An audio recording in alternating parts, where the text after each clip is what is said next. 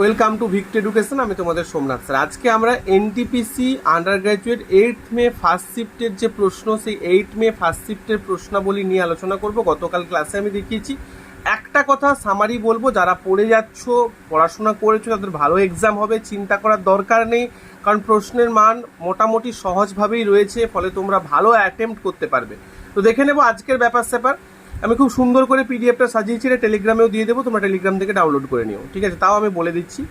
জিকের মান ছিল মডারেট, অর্থাৎ মাঝারি লেভেলের ছিল। মাঝারি থেকে সহজ দিকেই আমরা বলতে পারি।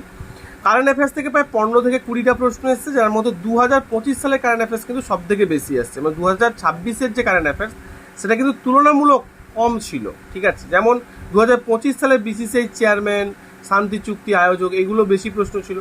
এবার যদি পলিটি বলি, তাহলে আর্টিকেল 245 কেন্দ্র রাজ্য সম্পর্ক, দলত্যাগ বিরোধী আইন, ডিএসপি, শিডিউল, এগুলো থেকে কিন্তু প্রশ্ন দিয়েছে। এটা ডিপিএসপি, যেগুলো ডিপিএসপি পার্ট, শিডিউল, এগুলো থেকে প্রশ্ন আসছে। গত ক্লাসেও আমি তোমাদের দেখিয়েছিলাম যে ফান্ডামেন্টাল রাইট থেকে, সিটিজেনশিপ থেকে কিন্তু প্রশ্ন আসছে, আজকেও সেম।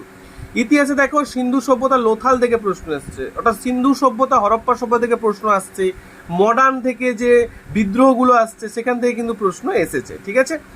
এবার অর্থনীতি থেকে জিডিপি সম্পর্কিত প্রশ্ন ছিল। কম্পিউটার প্রযুক্তি থেকেও 2-4টা প্রশ্ন ছিল। বিজ্ঞান থেকে তুলনামূলক কম ছিল।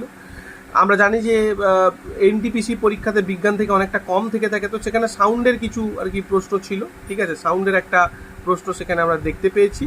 ওকে, তো এবার যেটা আমরা চলে আসবো সেটা হচ্ছে যে স্ট্যাটিক জিকের ক্ষেত্রে বই এবং লেখক থেকে প্রশ্ন সেখানে কিন্তু দেখতে পেয়েছি। ম্যাথের ক্ষেত্রে দেখো, পরিমিতি, মেনসুরেশন থেকে প্রশ্ন এসে, বিশেষ করে ঘনক বা গোলকের যে সমগ্রতলের ক্ষেত্রফল সংক্রান্ত, বা সামান্তরিক যেটা প্যারালোগ্রাম, রম্বস, এদের যে কর্ণ এবং ক্ষেত্রফল দেওয়া ছিল, পরিসীমা বের করতে বলা হয়েছিল। অর্থাৎ তোমরা সামান্তরিক, রম্বস এগুলো একটু দেখে যাও, এগুলো কিন্তু ভীষণ গুরুত্বপূর্ণ।